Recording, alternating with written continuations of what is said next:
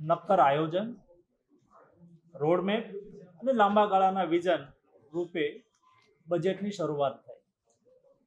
હવે દોસ્તો, 2014નું પહેલું બજેટ પરિણામે આવ્યું નક્કર આયોજનનું અને લોંગ ટર્મ વિઝનનું.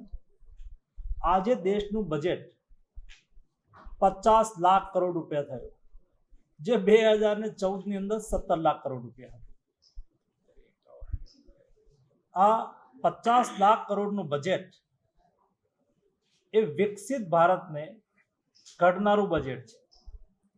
એટલે કે વર્તમાન બજેટ ભારત 2047ની અંદર જ્યારે આઝાદીનું શતાબ્દી વર્ષ મનાવતું હોય, દેશની અંદર બેસ્ટ એજ્યુકેશન જોઈએ, દેશની અંદર રિસર્ચ જોઈએ, દેશનું એક્સપોઝર જોઈએ, દેશના સ્ટાન્ડર્ડ ઇન્ટરનેશનલ હોવા જોઈએ, ભારતનું એક્સપોર્ટ અને ભારતનું પાસપોર્ટ એ દુનિયાની અંદર મજબૂત હોવો જોઈએ, ભારતીય બ્રાન્ડ દુનિયાની બ્રાન્ડ બનવી જોઈએ.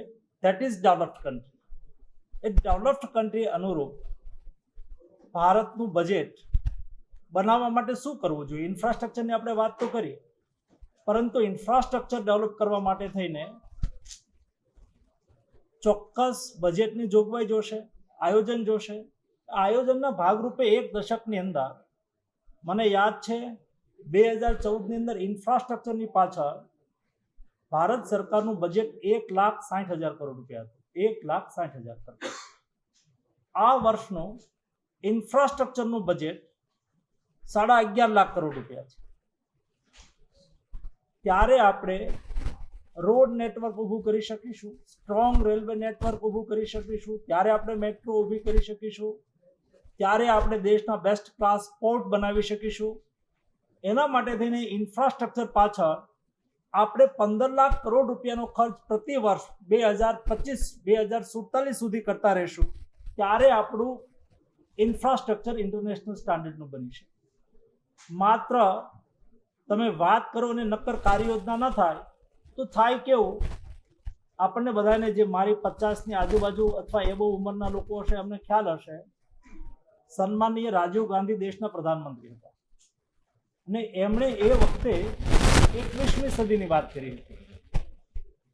ભારતને 21મી સદીમાં લઈ જવો છે. 21મી સદીમાં લઈ જવાની વાત તો કરી, એટલે કે અમારે ડેવલપ કરવો છે. એ વખતે બધા જ ભાષણ, બધા જ બેનર ઉપર 21મી સદી એવું લખેલું આવતું હતું, પરંતુ 21મી સદીને અનુરૂપ પ્લાનિંગ નહીં કરી શકાય. એટલે કે આપણે રાજકોટથી મુંબઈ જવું છે, આપણે ટિકિટ લીધી ટ્રેનની. એ વખતે 21મી સદીની વાત થઈ, પરંતુ 21મી સદીનું પ્લાનિંગ નહીં કરી શક્યા. એટલે વિકાસની ટ્રેન એ ચૂકી ગયા હતા